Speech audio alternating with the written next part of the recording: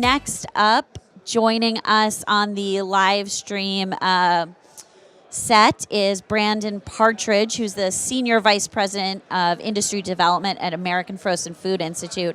And this is, a group that's really close to my heart. I'm kind of a frozen food geek.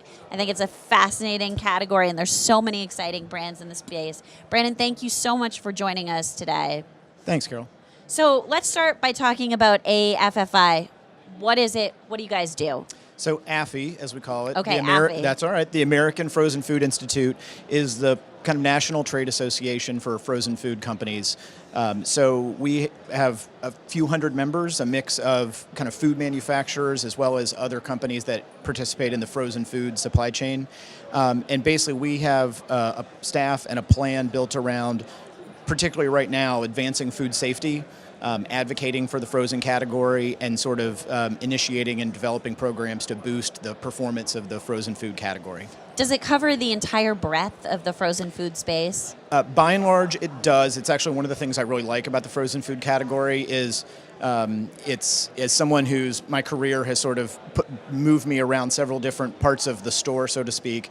Frozen is a single aisle of the store, but unlike, say, the baked goods aisle, which is mostly bread and crackers and biscuits, we've got fruits and vegetables and entrees and pizzas and indulgence items and all sorts of food. So we cover most of the span of that aisle, yeah. Yeah, it is such a unique category, and I think that's part of what draws me to it is like you can literally just shop in one aisle and hit almost everything you need to eat every meal of the day, from breakfast to dinner to dessert. Carol, if you would like to do that, encourage other people to do that, you could just basically take care of your whole visit to the store right there. We should start a trend, like Instagram thing where we just shop frozen. I often say that, and I actually about to say joke, but it's not really a joke. Like my sort of vision or fantasy is that we live in a world someday where there's not a frozen food aisle anymore, and that basically each aisle of the store has a freezer in it, so that in the bread aisle there's frozen bread, and in the produce section there's frozen fruits and vegetables, and in the dairy section there's ice cream, and that we kind of chip away at this notion of frozen as an alternate type of food and just recognize that it exists among all these different kind of departments, so to speak, in terms of the retail environment as just a way to store and keep the food, basically. I mean, that's something I hear from refrigerated brands that have chilled products like bars or pouches or salsas, that they'd love to see more in-aisle sort of development of this cooler space.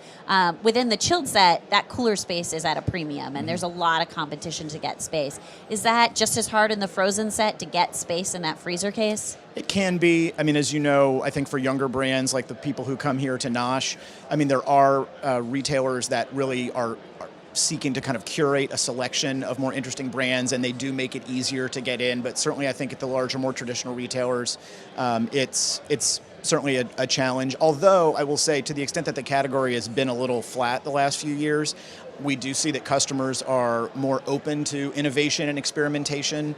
And I even had people say, like, they basically don't hold it against you if something doesn't work, because they give you credit for trying. On that, what are some of the other struggles you see frozen food brands facing right now? I mean, I think, much of the center of the store, not just, one of the things I tell our members is, you think you have problems because you're frozen food, but honestly, like, a lot of the center of the store has the problems, and it just happens to be that that's where we live.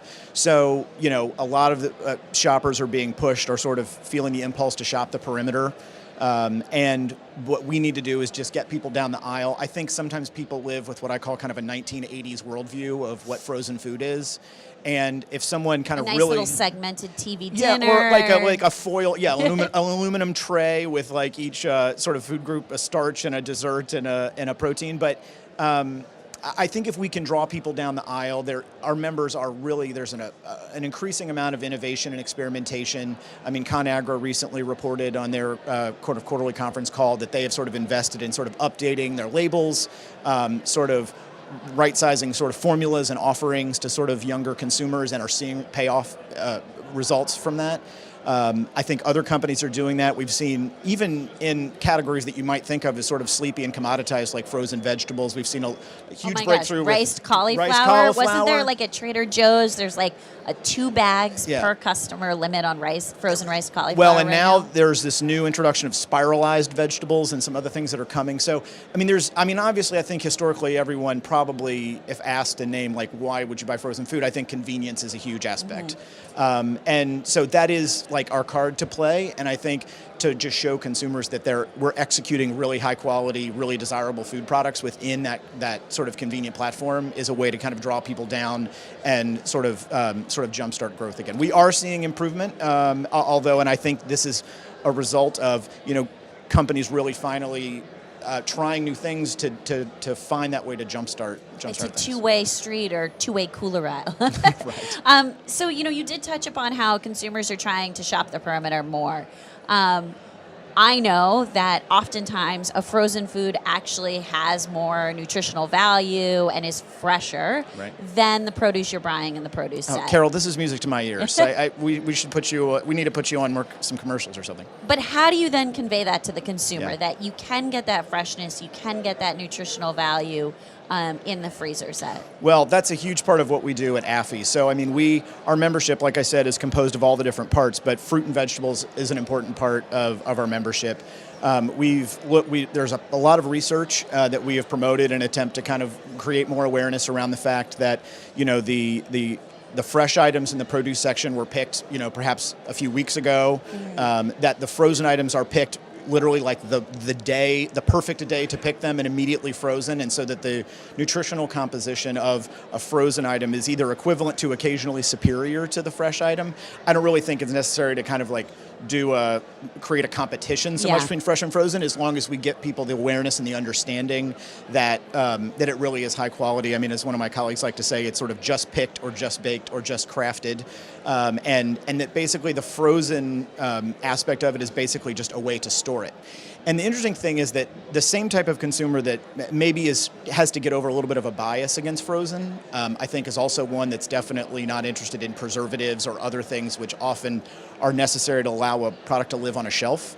So I think if we just remind them that frozen was basically the way we stored food to preserve it and give it shelf life without adding those things, that's a way to kind of convince them to come back down the aisle and give it a look again. There's this really cool company I've been following called Seal the Seasons. I don't know if you've heard of them. Yes. And they're actually like putting on the bag a profile of the farmer who picked your vegetables, and I think that's such an interesting marketing. Well, AFI released a video earlier this year that we call Farm to Freezer, which really is about following these items from the field into like a frozen chicken pot pie. And I think that's, that is the sort of thing we need to communicate to people, just so that they can see the story of the people who touch these items, how it really, the same satisfaction that you get from composing a meal out of items that you go get from the store. Obviously, the convenience means that you don't have to do the preparation, but it's no less the case that these sort of pure agricultural items make their way into these finished products. So I want to switch gears from frozen fruits and vegetables to a category that's close to my heart, ice cream. Okay. Look, we're in California. Halo Top just opened a scoop shop right near here. They're on fire. And the pint category as a whole, what we hear is just really seeing so much innovation right now. What are some key takeaways that you're hearing from brands as well as, buyers and retailers about the ice cream set right now? I think that is a part of the aisle that I have a little less exposure to, but by and large, I don't think the lessons are actually that different. Okay. I think there are ice cream is not new. Halo Top just didn't invent ice cream. So, I think the lesson from Halo Top Though they is were that, like Times Invention of the Year, I think, or something like that. Well, right. The idea to me is if you innovate and give a consumer a reason to take a fresh look at an item, they will try it, and if you give them something that they value, they will come back to it. So, I think that could be equally true of frozen pizzas, of frozen entrees, of frozen appetizers, that, if you find a new way to present something, if you deliver on a premise that someone is looking for, they will give it a look. People, Halo Top has this sort of special sauce of basically making people feel like they can consume more ice cream than they did before. Along with like a killer Instagram account. Yes, or something. well, right, and these things these things are not unconnected. But I think that what you see there is what you see whenever we learn that we feel this way. The people I used to be in the beverage business. In the beverage business, people can only consume a certain amount of liquid in their body over the course of a year. But different people will innovate and provide new propositions that someone will displace, consumption, as I think we largely see in beverage, of sodas with kombuchas or teas or waters. I think that's true in the frozen food aisle, and in the case with ice cream, there's someone somewhere, there's a creator of an indulgence or a dessert or a snack item that's being displaced by this Halo Top ice cream. And I think that's the lesson we can take from any aisle of the store, which is when something like that takes off, they've tapped into something that people want, but that's because they were doing something that wasn't happening before. And I think what's really interesting about them in the frozen set in particular is I feel like they really created a destination and a reason to go to the frozen set. I'm going to this store because I want that product. And that is something that a lot of other frozen brands could emulate. If this is an aisle that you want customers to come to, talk to them on different channels and have them going there and excited to go down the aisle. The one thing when I talk to our member companies about, how, the performance of the frozen aisle, the performance of the frozen category, they remind us that like Trader Joe's, they do a booming frozen business, and Whole Foods does a good frozen business. And so part of that too is that those retailers that have the trust of their shopper, people will take a hard look at everything they have available, because they come to Trader Joe's because they value what Trader Joe's brings to the decision-making process of like what to put on the shelf and what to put in the case. And so I think we have to just sort of kind of build and restore some sort of trust and affinity in the same way that Halo Top creates that with their shopper to other items of the frozen set. And we can get that. We see that, again, like I said before, frozen vegetables, maybe not the most exciting part of the store, but if you do something new, people will try it. Exciting. Okay. Carol, again, I'm very encouraged. Pie. Who doesn't like pie? I'm very encouraged by this very positive attitude you have. Well, thank you so much for joining us. I really appreciate it. We're about out of time on the Livestream Lounge today. Thanks so much to our sponsors, ADM, Ingredion, and NetSuite for bringing this Livestream Lounge to you.